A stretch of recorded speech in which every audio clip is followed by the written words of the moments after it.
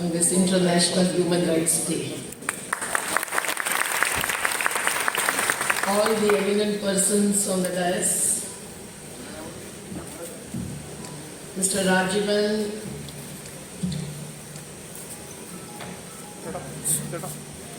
and all those who are leading the battle in different states on the issue of not just K-Rail, but the development paradigm itself, as Mr. Arvind Akshanji just mentioned in very much details. Mr. Abu Bakarji, Sharanya Rajji, the state women convener, and all her colleagues. Babu Rajji,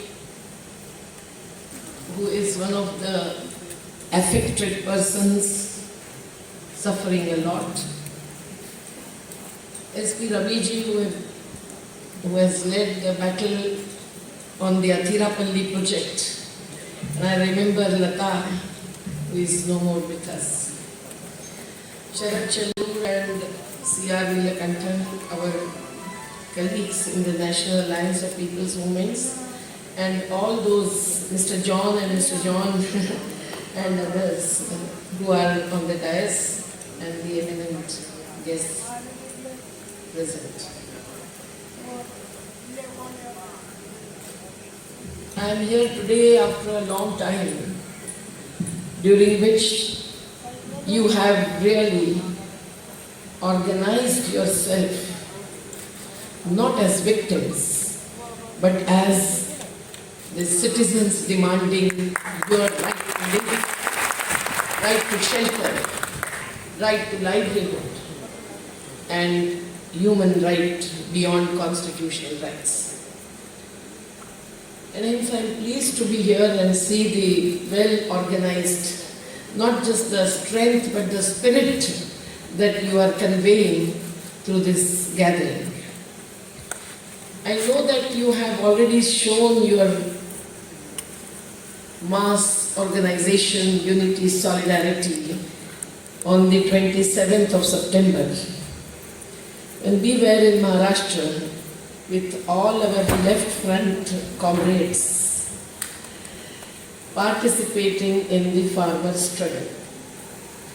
And you know that the farmers' struggle is not just of the landowner farmers, but we include the farm laborers, the cattle grazers to the dairy workers, Adivasis living on the forest produce, fish workers, and all those who live on the natural resources. And to the extent that we have through Sanyukta Kisan Morcha, the alliance of 550 organizations, attained the victory in repeal of the 3 pro-corporate, anti-people, anti-constitution, anti-equity and justice laws. We are going to celebrate the same. But we know that we yet have a manzil which is far away. We have not yet achieved the real legal regime on the minimum support price for the agri and other natural produce. We still have to fight the battle for all the issues related to the Fasal Bima and all that is leading to the loot of the farmers. But friends, as someone just said, this struggle over last 1 year has certainly increased and widened the space and status of not just the farmers, but the constitution itself that needs to be followed by the citizens as well as the rulers of this country. And that message really has conveyed to us that amidst the awfully fascist situation that we are experiencing in this country, which is corporatization based, which is consumerism based, which is corruption based, commodification based. We have to really fight through the people's movement and people's politics and nothing less than that. And that's why the victory of the farmers really show what you have already realized, that we have to rise beyond the party lines. The line that can be drawn can only be between development and destruction and nothing else. And I remember that one of the central leaders, the ministers, who has been known for pushing the infrastructural projects ahead at any cost and expressing pride and privilege over that, had raised a question in the parliament a year ago as to whether you want environment or development. Now, this dichotomy is certainly laughable. Can there be any activity which can be called as developmental activity without the natural and human resources?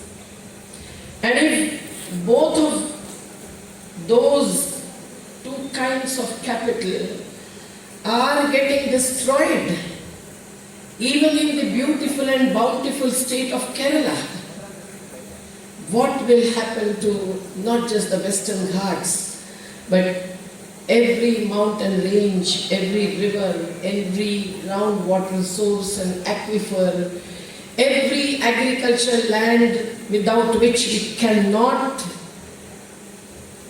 attain food security, and what will happen to the people who are directly living on the nature and surviving on a piece of land with their own shelter. This question needs to be answered. Whatever may be the blames and accusations and defamatory remarks against us, when a person like me come here, everyone would say, oh, again, you want to raise Nandigram.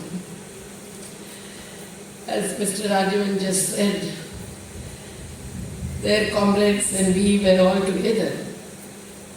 And no doubt that time we were opposed, we were questioned. But I'm happy to say that it was the same left front that after that battle joined us, and we could really get abolished the 1894 British Days Land Acquisition Act and bring 2013 Act. Now this kind of rethinking, review of the position and emergence of the new ways and paths towards our goal of equity and justice with sustainability, not just growth, is something that needs to come up even in the situation and the challenge that you have taken up already. I salute to you all. It is also known to us that when we raise some questions about any project, whether it is the Mumbai-Ahmedabad high-speed rail project on which we had published a book in 2018, or K-rail, whether it is related to Sardar Sarovar, a big dam, or the big dams and massive constructions in the floodplains and catchment areas of the rivers in Kerala.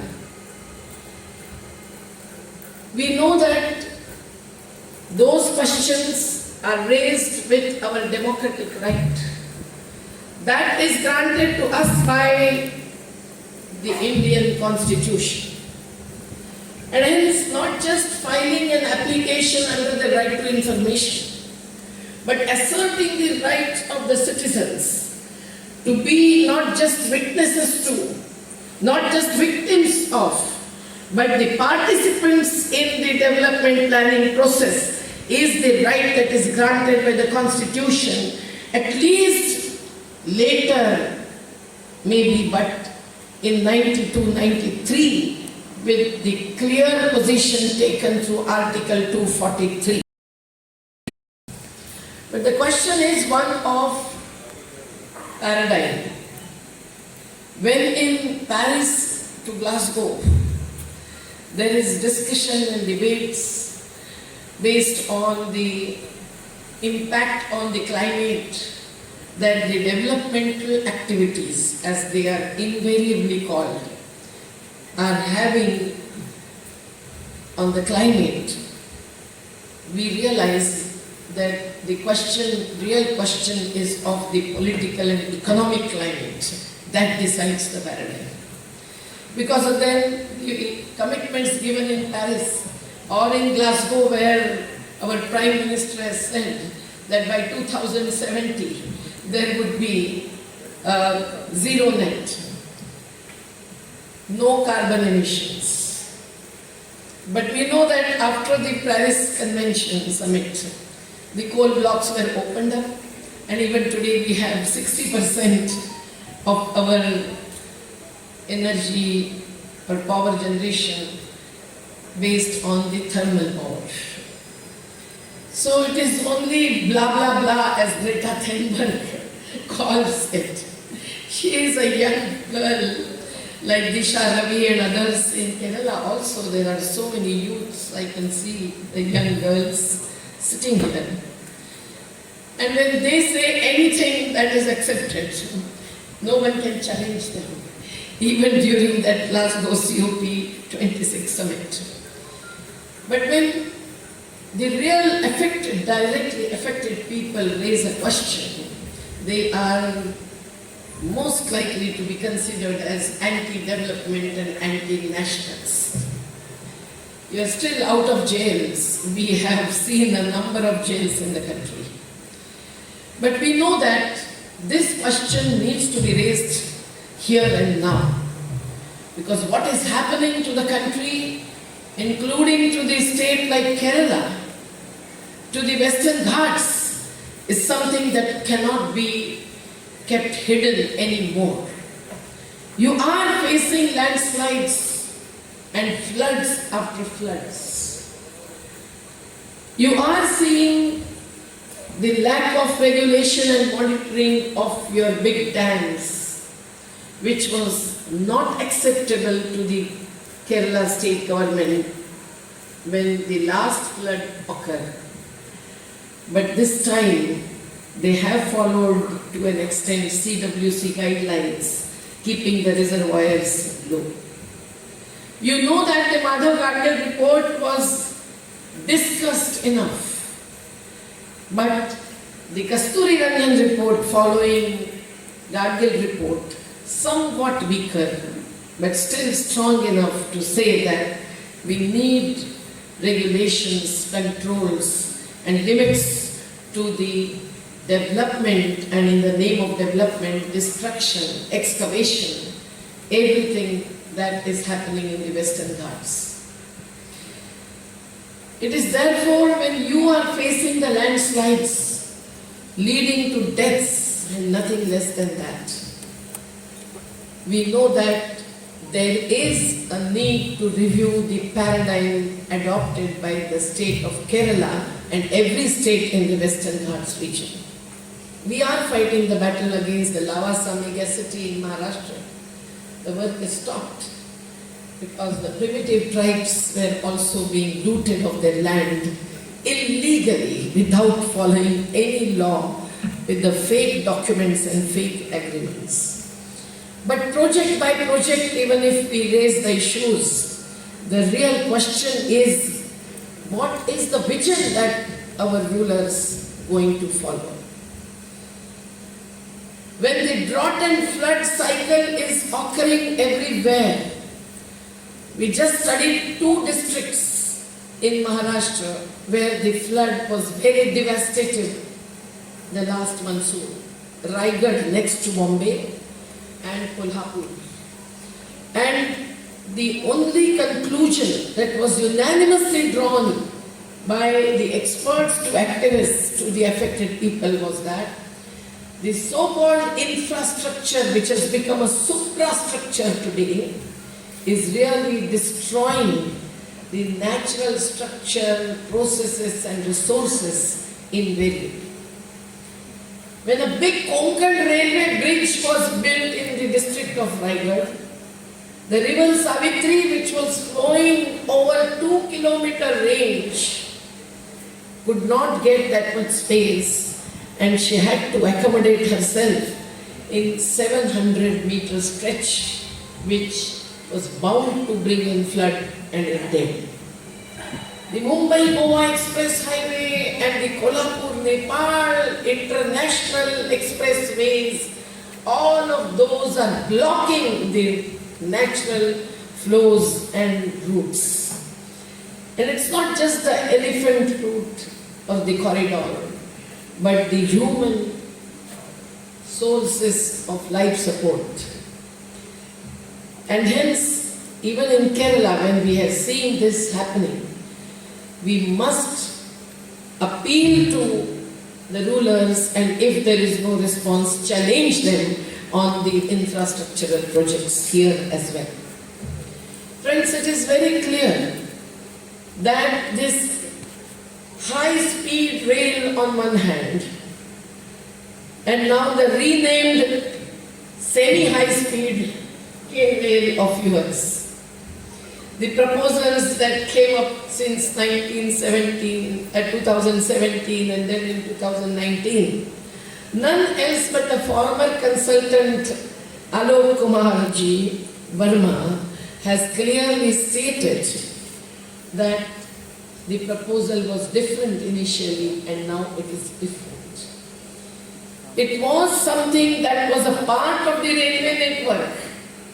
But now if we talk about real development of the railway network, which we are not opposing as Mahatma Gandhi questioned in Hind Swaraj, we are not going back that much. But can that rail network, which is the transport facility for the common people in this country, is really going to be taken towards the development goal? No. Railway is being sold out. Now 45 trains are almost stopped and 150 routes are almost granted to Adanis. And 12 lakh employees in railway, the profit-making public sector, are going to be thrown out as the BSNL employees and BPCL employees have already been facing. So what is the real public transport network that we really need and need to also grow and need to really further widen and reach out to the nook and corner of this country? It is not the high-speed or the semi-high-speed rail projects. Those are not even linked to the broad gauge, a special standard gauge that they are drawing in the state like Kerala is not going to be a facility for the common people who cannot afford to pay the heavy cost for the K-rail. It is very clear that the bullet train project, which is opposed even by the left front comrades in Gujarat and Maharashtra, and no work has started in Maharashtra as yet, although acquisition has gone ahead and is going ahead. But this train also is to be pushed at what cost? It is at the cost of the agri-land, it is at the cost of the wetlands, it is at the cost of the mangroves, and it is at the cost of the habitats which are generations old. And I can see that if from one single district Thrissur, so many of you are coming here not as victims but as strugglers. then you too are facing the same. And when you are fighting in each district, obviously you know the better the details of the impacts that are occurring. But everyone knows that if the wetlands are affected, the breeding grounds for fish are affected. If the mangroves are finished, the tsunamis are bound to come in. And Okhi to Amphan, this country is facing a number of such cyclones every decade, if not every year till today. Now in such a situation, when such a large project, a mega project is planned, can it be without the full assessment of impacts, environmental and social? When we were sitting, because the then UPA government was very much for dialogue with us, we had an entry. Even on Sunday, the office of Jairam Ramesh was kept open, and hours together we could discuss the draft, we could raise questions, we could raise objections, and the Prime Minister office inquired what are the 10 points that they finally want, you tell us. And we wanted the social impact assessment.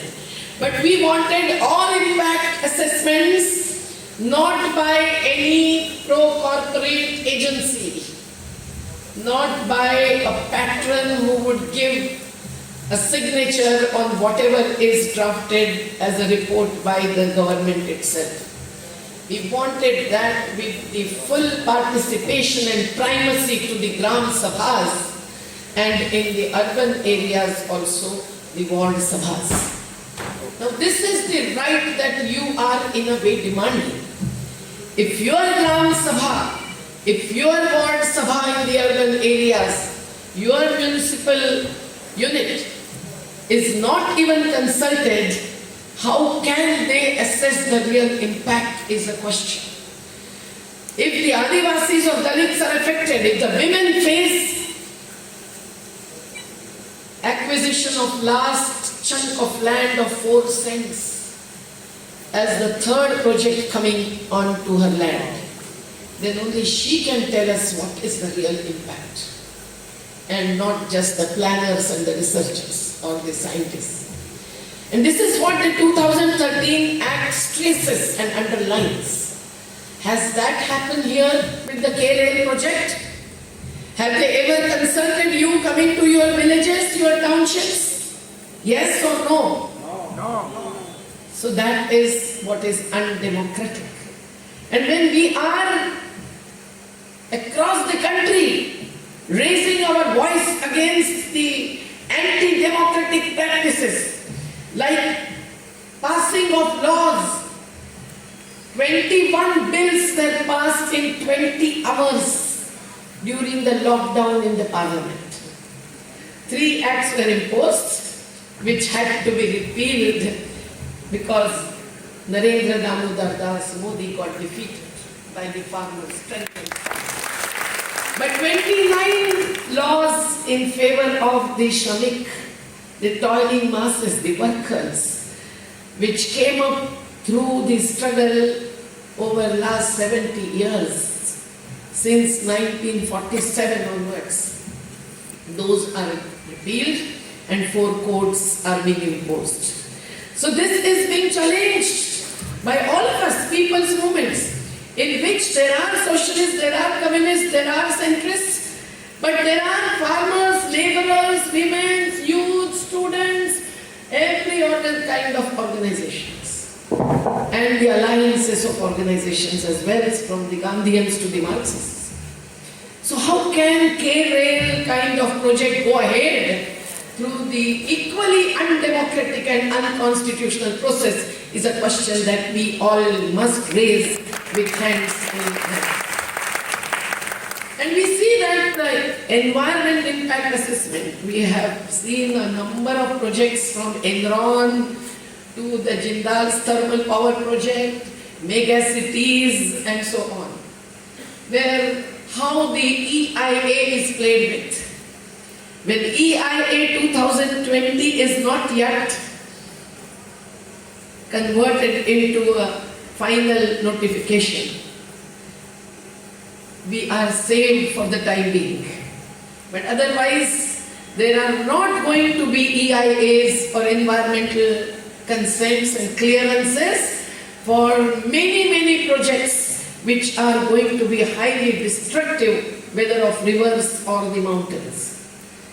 And yet, even today, if the EIA or the pre-feasibility report and the social impact assessment is either not carried out or is given to such an agency that had to be rejected by none else but the National Green Tribunal, I think you have won the battle to an extent on this issue. And also violating the constitutional and human rights and the rights of the nature itself, leading to various kinds of viruses. It is unfortunate that even the DPR is not in the public domain. And when your legislatures are also not taken into confidence, that is absolutely as undemocratic as whatever is happening in the parliament today, with 12 MPs thrown out, and in the lockdown, the benefit is taken to pass the anti-people bills or repeal the laws. And hence, it is not known till today what is it that the government has really understood and taken into consideration. When we know that the one big highway in Kerala has affected thousands of families, and I know that Vallarpadam to a number of projects and displacement which we have witnessed, we couldn't stop everything. But today when the ports and airports are being handed over to Adanis, the corporate who is questioned by all parties excluding BJP, at the farmers' movement and every single front of the people's movement, how can it be that this project is also pushed ahead in the similar manner? No doubt it is not yet considered as a PPP project as the bullet train is. But this project is also likely to be more or less privatized, with one after another aspect of the project handed over to the private investors. This is what is happening in the railway, the public sector itself. How can it not happen in Kerala? I know that this DPR not in our hands, I cannot say much about it. But you have the right to information and you can take it in your hands any moment. Or the movement for right to information itself will have to be carried out and further at the central place in Trivandrum. It is therefore necessary to understand that how is this kind of project being pushed ahead. I was shocked to know that the Chief Minister of your state, who is certainly fighting a good battle against communalism, hats off to him, who has done a good work in the relief work after Okhi cyclone as well as the dam effects, if not rehabilitation of all those who lost livelihoods or lost their houses. But how can he call this project as a green project? Dare do that while writing to the Prime Minister. Now, everything is considered as a green when there is the black laws being taken as a basis, and it is only the monetary and financial investment that really matters. Even the gases which are poisonous are considered as greenhouse gases. So this wrong terminology is a game, a conspiracy that is played.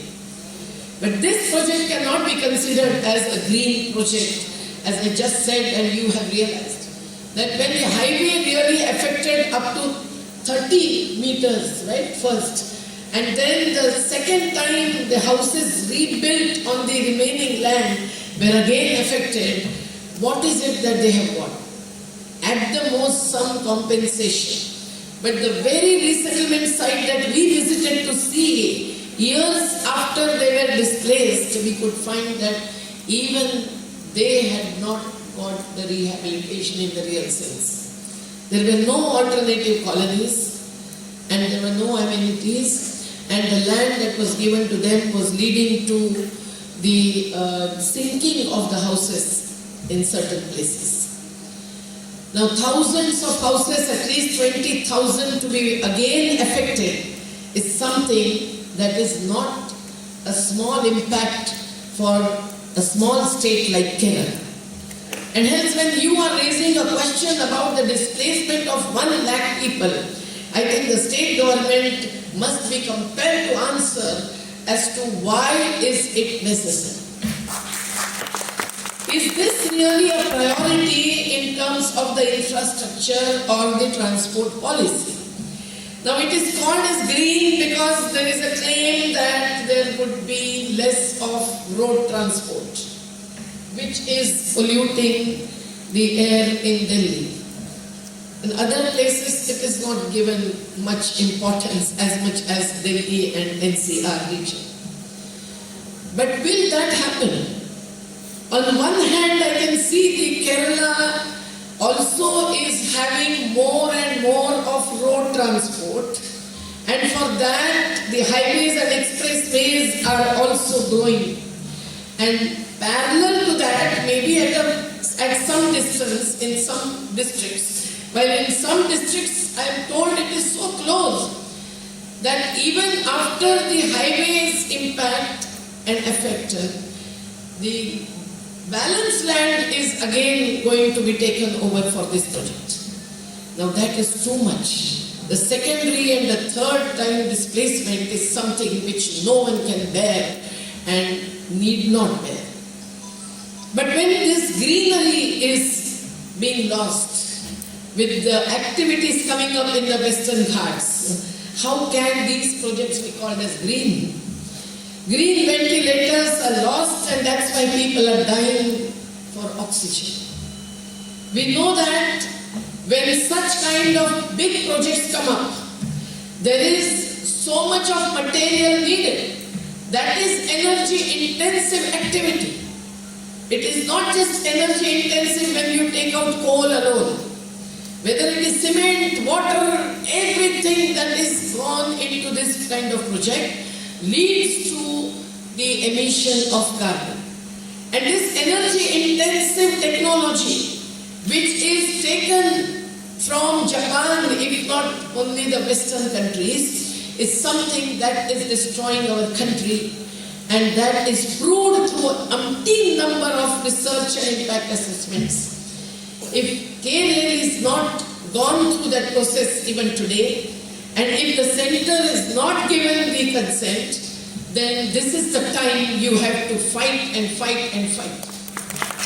It is also seen that the economic growth with employment is something that is claimed invariably in case of all such projects, whether it is SEZ, whether it is Enron, whether it is K-Rail or bullet train. But what happens? SEZ was assessed few years or 1 decade later, and it was found that the claims were false. Even in this, as well as bullet train, there are non-governmental independent assessments which have brought out the same fact. And even if the employment generation takes place, it is mainly for the daily wage earners. But how many people really are displaced from their livelihoods due to such project? Having lost their shelters, which are closer to the livelihood, or having lost their bank balance. That is never really considered into many assessments. Friends, we also know that Japan is now competing with China and France. And Japan is wanting to expand its markets. So Japan, we hail that country for its real perseverance and its hard-working lifestyles that has helped them themselves to progress. But Japan also has to consider the nuclearization of its power sector. And Japan is now selling out its technology to the country like India through JICA, the organizations which we have fought with in Narmada project. I know how this international cooperation, so-called, through the bilateral agencies really co-opt our politicians, our economists, our planners as their partners. And hence whether this project will be worth 67,000 crores or 1.26 lakh crores is still a question. That is a question about bullet train, that is a question about K-rail also. But even if they give this as loan for a very minimal interest rate, and that is seen as something which will bring in the economic growth, we know that the economy cannot keep on growing ever. Now there is a concept of degrowth that is being pushed by the 1,500 scientists in the world who are really saying that the clock is ticking, and if the humanity has to survive, you cannot really look at the economics, you have to look at the ecology as well.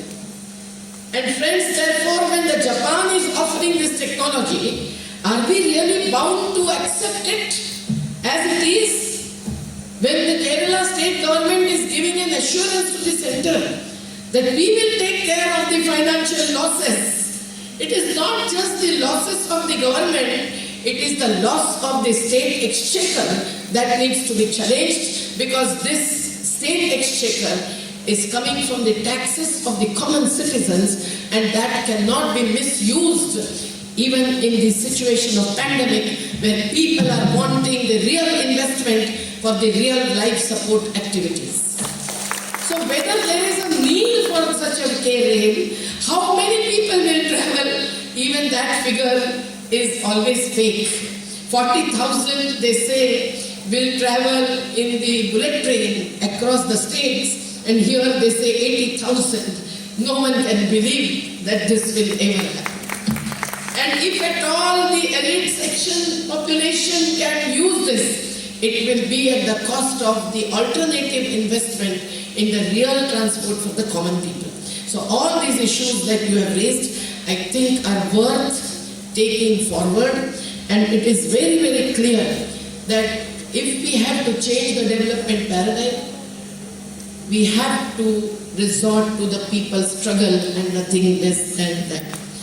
I told that it started from Koilandi, and Vijay Raghavanji is here, and now it is,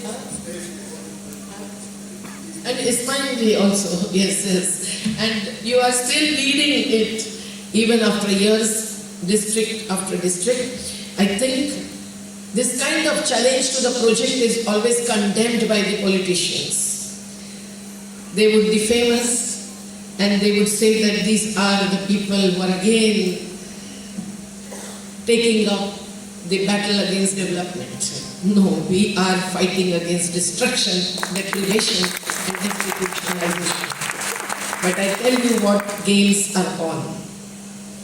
When you go to the National Green Tribunal, where I also plead the cases on the illegal sand mining to whatever, we know that the orders are not complied with. And beyond that, what happened on the Constitution Day, 26 November?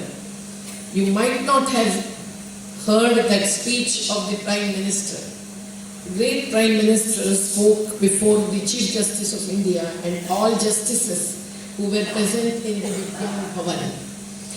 And he referred to only one project, and that is Sardar Sarovar. And he said that ये project ऐसा है कि जहां आंदोलन होता है और आंदोलन रोकता है, और आंदोलन के बाद न्यायमूर्ति judicial also hesitate to give the truthful judgments. In a way, he blamed the judiciary also. Now you know that 36 years we have fought the battle. 50,000 families are rehabilitated with 5 acres of land to whom everyone who lost 25% of his or her land, may be 1 acre or 2 acres, but 5 acres is the minimum, along with the major sons and major daughters also. But Prime Minister is again blaming the movement which has gained a great victory with the farmers' movement, and that is known to the world. But when he says that even the judiciary is making a mistake, imagine what kind of influence or intervention is going on into every pillar of democracy. And hence, if you approach bureaucracy, if you approach political parties, if you approach judiciary, everywhere you will have to face challenge after challenge. We know that the Sardar Sarovar has not benefited Kutch and Saurashtra, but he said now from Kutch there is export of agri-produce taking place, yes, but the canals are not fully built in Kutch, and those which are built are full of mud and not water. So Kutchis and Saurashtrians are still wanting us to fight with them, while the displaced population also continue to struggle for 1,000 or more families who remain to be rehabilitated. And the benefits of the project have not come true. Maharashtra and Madhya Pradesh have not got even the power, electricity, only benefit that they were to get, while 245 villages are destroyed. And whether the Narmada will survive or not is a big question today, while Modi ji has changed all his focus onto tourism and not on Sardar Patel or Sardar Sarovar. So friends, the fake kind of claims, fake affidavits, fake environment impact assessments, everything really builds the towers of these towering projects in this country, and that is destroying the country, and that is changing the priorities towards corporate benefits and lack of life support systems for the common people in this country. And this is what we are challenging. So there is nothing wrong in challenging a project. I really feel that the Article 243 must be asserted as your right to decide whether a project is agreeable and acceptable to a community or not. So community-wise resolutions to be passed with the elected representatives attending those Jana Samsad people's parliaments which you can hold in every single community, township or village which is fighting this battle. I feel that you certainly have to fight legally, and you have already approached very many legal fronts, but as I told you that there is no guarantee that you will get human justice beyond legal justice. And hence it is necessary that Kanuni or Maidani Ladat, the legal battle with the ground level struggle is a must. And that's what you are carrying out, and that is what you have come with up to this mode. I am sure that you will proceed further, and you can demand that 2013 Act is the only Act which should be used if at all acquisition is to be, not police force. It is the legal force that we also have to have as a non-violent weapon in our hands. And that says that the Gram Sabha must be involved, and the social impact and environmental impact assessment must be a precondition. And pre-feasibility report is not even formulated. This is not likely to happen so easily. But I appeal to the Politburo of the Left Front, members of which are with us, Hananda Maula and many others. And certainly when they are really taking up the side of the affected, displaced, exploited people across the country, they can certainly do wonders here in Kerala where they are in the power positions. Now you would say exactly the opposite happens. When a party is in power, it takes a different position or changes its position. But that is seen in the case of every political party. but the people's power and people's movement that you are resorting to certainly cannot change its position. So compromise, will it be on increased compensation? That is what is happening everywhere. How much of agricultural land is changed into non-agriculture so that food security will be affected? How much of drought and flood impacts are being brought up, are coming up with this wrong development paradigm? And whether it is really replaceable or can be substituted if the destruction takes place in a region like Western Ghats, no one really looks into that. And one central minister told me, Medha ji, अभी land acquisition की जरूरत नहीं है, अभी लोग हमारे पास खुद आते हैं क्योंकि हम ज्यादा पैसा देते हैं. महाराष्ट्र में समृद्धि मार्ग, one single highway, they paid 3 crores per